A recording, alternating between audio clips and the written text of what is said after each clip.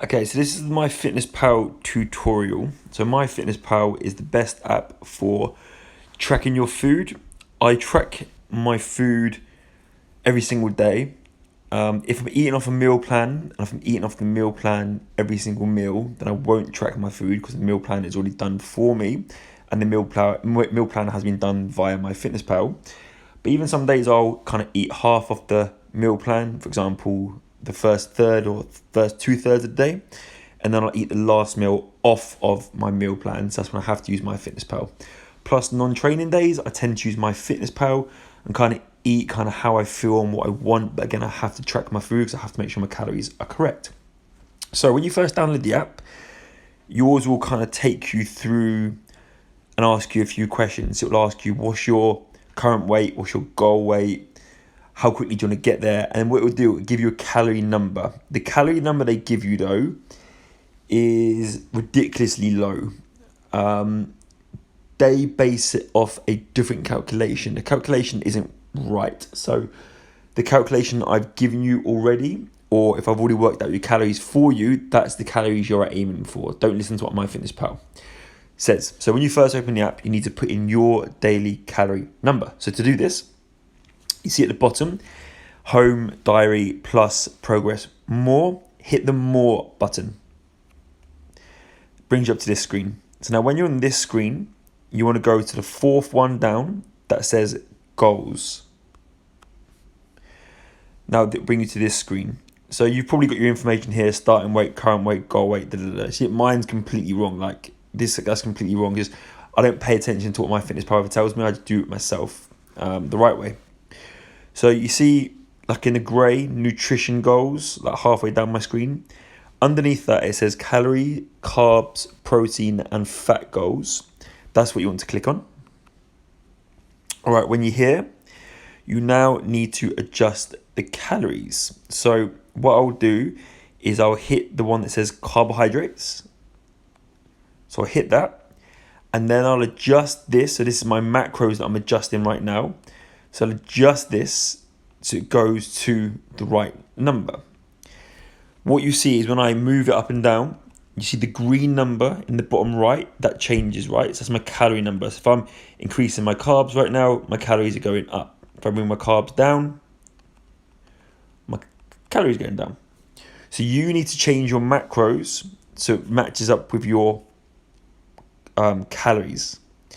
So for example, majority of you, I advise to go with a 30% protein daily intake. So you notice if I move the protein one, it changes. It changes grams. Or what I could do, instead of doing the grams, because I don't know what that works out to in percentage wise, I could just, let's get back to normal, hit the percentage instead. All right. You can do that later as well. I like to do the grams way instead.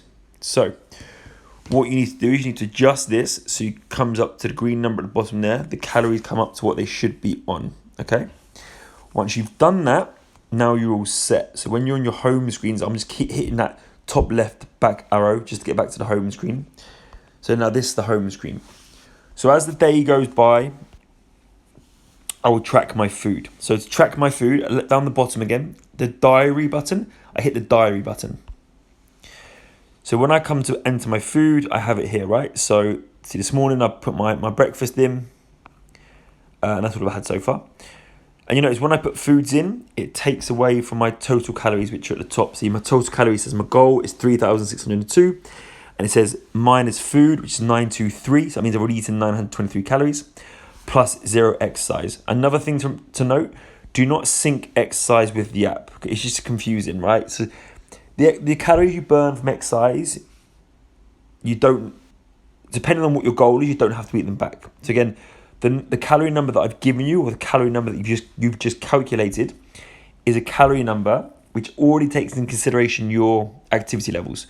So for example, if one day just by out of accident you go and burn 1,000,000 calories, I don't want you to go and eat the 1,000,000 calories. Your calories have already been set, so don't worry about what this app tells you to eat, bearing in mind of exercise. So when you enter your food, you see here in blue it says add food, so you could add your food that way. So you press it, and you literally just search on the top button here. So let's say if I In a minute, I'm going to go and have a Pret baguette. So say I put in Pret and I put in baguette. If I can spell it right. Still can't spell it right. There you go. And it comes up all the options. Okay. So this app is pretty good for having all the options. It pretty much has all restaurants in London. It has all foods you can think of.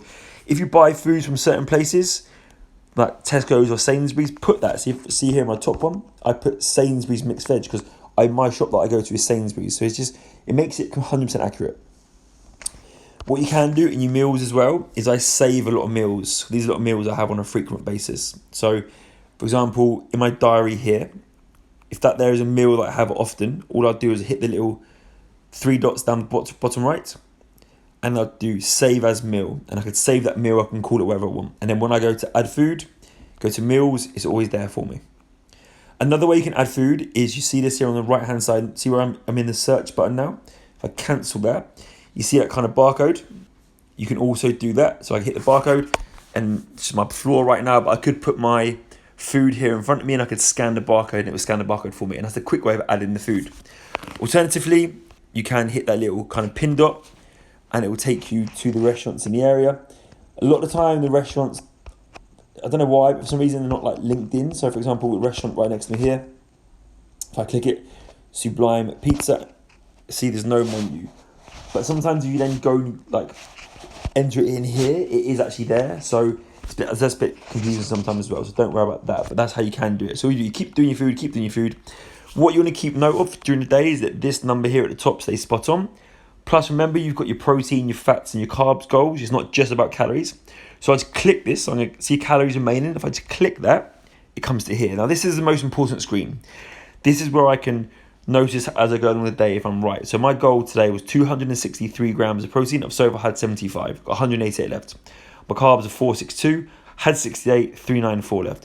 So throughout the day, I'll keep checking this. I think it's very good. It's like you maybe get to the last meal of the day, and you're like, right, I've got 20 left, 20 left, 20 left. So you need to make that meal up to hit it perfectly, okay? And all I did then was I hit these like calories remaining numbers, and it just brings up to there. And that's how you use MyFitnessPal, guys.